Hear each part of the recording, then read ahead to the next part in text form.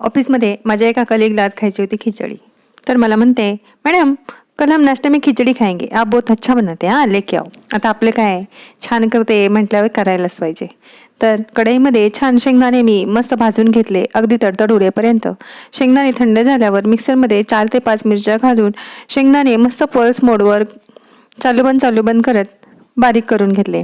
आता कढईमध्ये तेल गरम करून घेतलं 2 पळी आणि त्यामध्ये घातला साबुदाणा आणि त्यावर घातलं शेंगदाण्याचं आपलं कूट. शेंगदाण्याचं कूट घालून मस्त असं याला छान हलवून घेतलं. वरून मीठ घालून सर्व खिचडी मस्त एकदा हलवून घेतली आणि झाकण ठेवून याला 2 ते 3 मिनिटाची मस्त वाफ दिली. 2 ते 3 मिनिट वाफ दिल्यानंतर मस्त याला हलवून घेतलं आणि पुन्हा एकदा 2 ते 3 मिनिटाकरता वाफ दिली. असं 2-3 वेळा मधून याला हलवून घेतलं आणि मस्त अशी मोकळी खिचडी आपली तयार आहे. कलीगला तर मस्त आवडली. तुम्हाला कशी वाटली ते मला कमेंट करून नक्की सांगा. आणि हो, पुन्हा भेटण्यासाठी सबस्क्राईब नक्की